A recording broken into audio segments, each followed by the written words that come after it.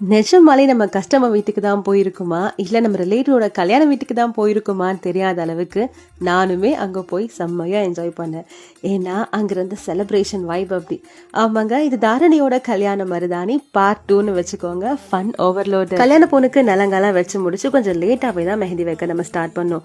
அவங்க வீட்டில் குட்டி பாப்பா, ஃப்ரெண்டு, கசின் சொல்லிட்டு நிறைய பேருக்கு மெஹந்தி வச்சோம். முக்கியமாக அவங்க ஃப்ரெண்டு பார்த்தீங்கன்னா அவங்க ஒரு கையில் பிரைட் பெஸ்டினும் அண்ட் இன்னொரு கையில் அவங்க சைல்ட்ஹுட் மெமரியாக இருக்கிற சைக்கிளும் வரைஞ்சிக்கிட்டாங்க. அழகாக இருந்துச்சுல. அவங்களோட கசனும் ஒரு ரெஃபரன்ஸ் பிக் காமிச்சு நம்மளுக்கு எல்போ பேருக்கும் மெஹந்தி வைக்க சொல்லியிருந்தாங்க. நடுவில் மண்டேல இருக்க மாதிரி கேட்டிருந்தாங்க. அதையும் கம்ப்ளீட் பண்ணி தாரணிக்கும் கல்யாண மருதாணி காலுக்கும் கம்ப்ளீட் பண்ணியாச்சு. லாஸ்ட் வீடியோவில் சொல்லியிருந்த மாதிரி இதுதான் தாரணியோட மெஹந்தி ஸ்டைன்ஸ். நிஜமாலே ரொம்ப மெச்சூராக அழகாக வந்திருக்கு. இதை பார்த்து தாரணிக்கும் தாரணி வீட்டில் இருக்கிற எல்லோருக்கும் ரொம்ப சந்தோஷம், ரொம்ப நல்லா இருக்குதுன்னு சொல்லியிருந்தாங்க. குரூப் ஸ்டடி பண்ணி எக்ஸாம் எழுந்தவங்கள பார்த்துருப்போம். ஆனால் குரூப் டிஸ்கஸ் பண்ணி ஒரு கூகுள் ரிவ்யூ கொடுத்தவங்கள இங்கே தான் பார்த்தேன். பட் நிஜமாலேயே ஒரு சாட்டிஸ்ஃபைடான கூகுள் ரிவ்யூ கொடுத்துருந்தீங்க. தேங்க்யூ பசங்களா.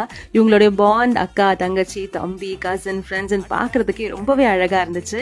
அண்ட் இதுடன் தாரணியோட வெட்டிங் மெஹந்தி ஸ்டோரி முடிஞ்சாச்சு. இது மருதாணி கரை நல்லது.